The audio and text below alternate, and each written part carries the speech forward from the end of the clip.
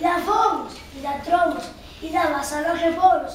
Της ζωής μου αθώχη λέω, μη με ρωτάτε πλέον, δώστε μου λίγο νεράκι, να ξεπλύνω το φαρμάκι.